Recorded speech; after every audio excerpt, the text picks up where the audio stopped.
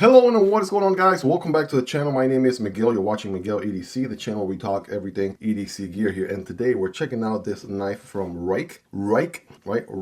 There's multiple ways of pronouncing this. I know this one of them is correct, and I'm probably not anywhere near close. But yeah, this brand here is special to me because one of the all-time favorite budget knives from my beginning of my EDC journey has been the Ruike P831. I really enjoyed this one here. Really nice knife, 14C28N with a stainless steel handles for like really a great deal. Somewhere in the $30 to $40 range. Can't beat this thing. So really enjoyed this one a ton. Beginning of my EDC journey. Picked this thing up. It's been in my rotation since, and I've loved it. So today we're going to check out what this one here is all about. So let's go ahead and make some cuts here. Let's get to it. Of course, this knife and every other knife you see in this video will be linked down below. So if you're interested in checking prices, availability, variants, and all that good stuff, definitely check those links. Those do help out the channel at zero extra cost to you, but completely up to you as well. Go ahead and take a look here, guys. Give it to me.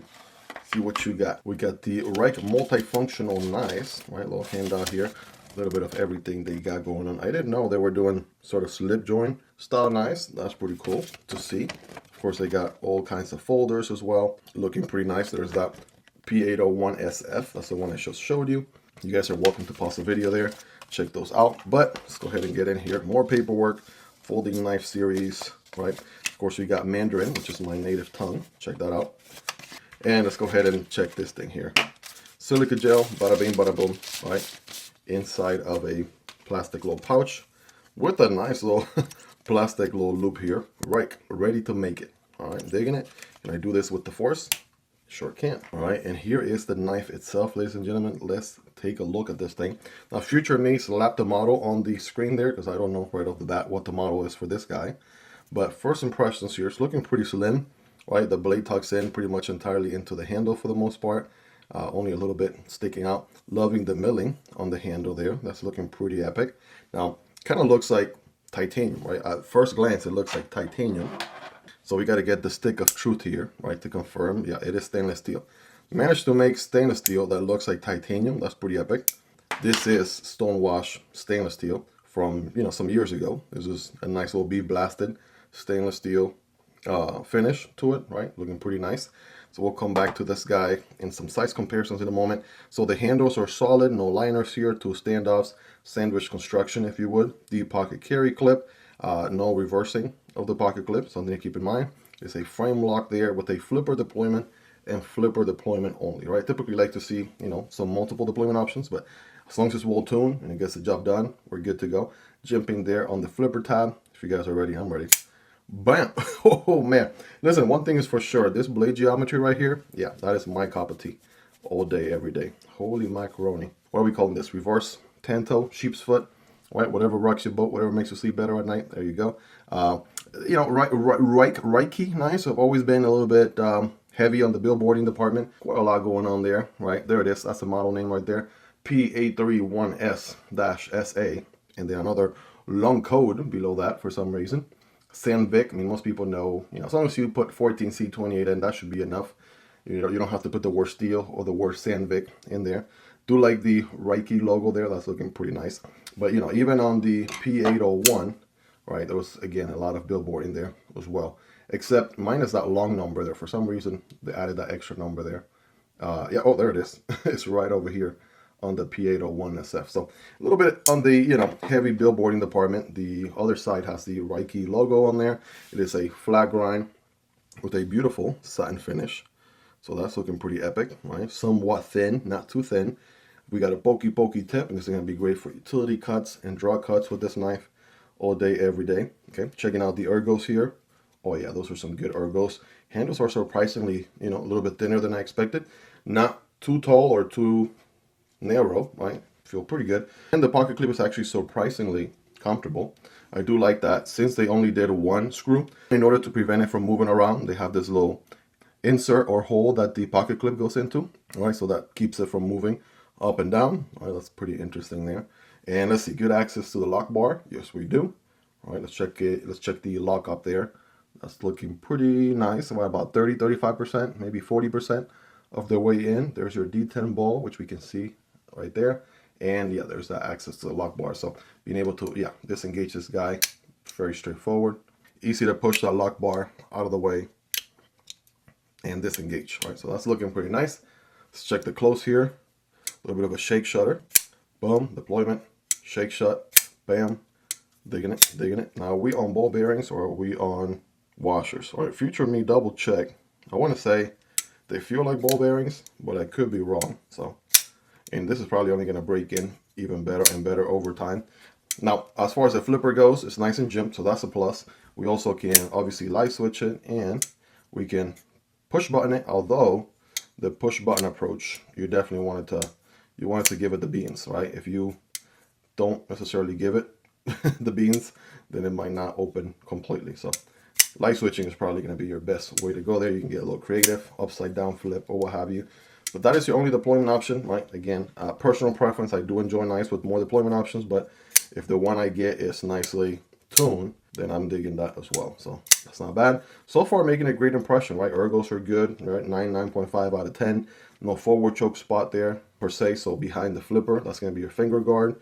And I'm able to get a full purchase with my average size hand. So that's looking pretty good. Let's do some size comparisons then. All right, let's see how this guy stacks up. I only have the other Ruike model here, the P831S SA, which again, I've had this one for at least a good almost 2.5 years here of my EDC journey, almost coming into 3 years. So we're almost there, and they're very comparable. This guy here might be a little bit shorter by a hair, as you can see. Let's go ahead and throw in there the Gavko nice Vosteed collaboration, the Gavko Leopard. Right, recently unboxed this guy in the channel, so also very comparable there size-wise. Check out the unboxing on this bad boy here if you haven't already. One thing I'm digging too, I just want to point it out, right, I really like how you have the teeth, right, kind of the jimping going on the lock bar on the P801. This one doesn't have it, and it's only a matter of long term. I'll keep an eye. This is just an unboxing and overview to see, you know, if this one is comfortable long term or if it could benefit from something like that. So we'll see. Definitely keep that in mind. Here's that CMB Explorer right there, recently unboxed on the channel. Same thing with the newly released Madrac here from Kizer, right? So check out content on all these knives. You can easily pull them up, Miguel EDC knife name on YouTube. That video will come up right away. And of course, all these knives are linked down below if you guys want to check prices, availability, variants, and all that good stuff. The typical ones here on the channel, there is your PM2. Here's your Para 3. So very comparable to the Para 3, maybe a hair longer, and obviously shorter than the PM2. Here's your Demko AD 20.5. It's going to be a little bit shorter there. Here is the Kunwu Chad. Chad is a little bit longer. So this guy's somewhere in between those two. Here's the Tenable Fenrir. On the budget end of things, Fenrir is going to be a little bit longer. There's your CJRB Pyrite Light. Super, super affordable EDC knives that are absolutely recommendable. So check them out if you haven't already. And last but not least, there's the Vosteed Corgi and the Fintiso Parrot. Take a look at those. Those are absolute money right there. And I absolutely cannot recommend them enough, guys. Hopefully you own some of these knives. That gives you a ballpark right there where this guy lands. Now, 14C28N. Let's give it a nice little nail test right there. That's feeling pretty good. So let's get scientific with it. Right, got a piece of textbook paper here. Let's see how this guy does. 5x zoom there for the drama. Oh yeah. Oh yeah. Oh yeah. Oh, absolutely. Definitely going through that paper very smoothly. Now, obviously, oh man, laser beam if I've ever seen one. Lost my train of thought there for a second. I mean, obviously, yes, it should be able to go through paper with no issues. You know, you'd be surprised. There's at least, 5 or so knives in the channel that haven't been able to do something as simple as this. I'm not known for the most sophisticated knife tests on YouTube. I tell you that right off the bat. But I do this so you know these things from out of the box should at least be able to go through these materials. I have a piece of cardboard right here. Dual wall cardboard. So remember, when cutting cardboard, don't cut perpendicular but at an angle. And it should be something like this. Again, that flat grind, very, very slicey. Here we go. Oh yeah. Oh yeah. And then for utility cuts and draw cuts, right, you can sink that tip and do your utility cuts and draw cuts like that. Oh man, it's gonna be really epic, really good for everyday care, no doubt about it. Bam, right, there you go. So is it gonna be the most fidgety knife out there with the one deployment and one deployment option only? Probably not. But is it going to perform when it comes to doing what knives are supposed to do as a tool? I mean, yes, it's definitely going to do what it was built for, a cutting tool that would absolutely perform. And man, this thing slaps. Really, really digging it. Loving the geometry out of all things. So it performs well, and that is my kind of geometry right there. So I'm really, really digging this guy. You guys rate this knife in the comments on a scale from 1 through 10. How sharp is it? Right, rate that factory edge, 10 being the sharpest. You guys let me know. So there you guys have it. That is the P831SA SA. Well, there you go. Just put it on the screen. There you go. You guys can see it. You know, my feedback for companies who always give their knives a bunch of, you know, number letter salad as a name is, come on, come up with something a little bit more unique, something a little bit more, just something that's easy to remember. You know, we got the Spyderco PM2, the Micro Tech Stitch, we got the Corgi Pop, the Tenable Fenrir, right? These are all easy names that you can remember. Kershaw Leak, Vosteed, Civivi Elementum, right? When you match the brand with the model name. But if you just give me a letter number salad, then I'm going to have a difficult time remembering those. The main reason why I remember my P801, and even then, I always forget about the SF part of it. It's just because I've owned this knife for so long. Obviously, I already know by now. I've carried it a ton. It's one of my favorite, you know, budget knives from way back when. I mean, things have gotten a lot better. You can get so many knives these days that give this guy a run for his money, but this thing is super solid if you do love monochromatic knives like I do. By the way, this guy has a blue pivot color, right? Almost forgot to mention this bad boy here has kind of like a gold pivot color going on, so that's a nice little pop of accent. And I did mention that milling looks so nice on the handle. Again, these are stainless steel handles that look like titanium, and I mean, they're not trying to sell you something, they're not trying to sell it to you at a titanium price, but if you're gonna make it out of budget materials, might as well make it look nice. So here's an example of stonewash handles, just contour, no milling, and you can see what a difference milling makes, right? It makes it nice, so much more elegant, so much nicer to look at. So yeah, that would be about the only thing, you know, come up with some more unique naming convention for your knives. I say that to almost every brand that doesn't have an actual model name, but instead a bunch of letters and numbers. But this is just a unboxing, raw first impressions on this knife here. Just came into the channel. Again, this thing is very affordable. Not exactly sure on the price, but by the time you're watching this video, I would have linked to every single one of these knives down below, so you guys can check them out. Prices, variants, availability, all that good stuff. Check out those links. Those do help out the channel at zero extra cost, but of course, completely up to you. Let me know your thoughts on this one, guys. Questions, concerns, feedback. What do you like about it? What do you love about it? Is there anything you dislike about it? Let me know in the comment section down below. Go ahead and smash that like button for the YouTube algorithm, and do consider subscribing to the channel. I promise you it'll be worth coming back for more.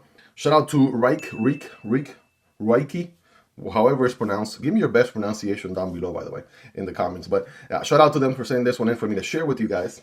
And a huge shout out to my Patreon supporters and channel members for supporting what I do here. You guys are awesome. I appreciate each and every single one of you. If you made it to this point in the video, thank you so much for hanging out with me. Check out the original P801 unboxing video right here to the left, or check out this video YouTube recommends to the right. Take care, guys. Have a wonderful rest of your day, and I'll see you on the next video. Either this one or this one. Peace.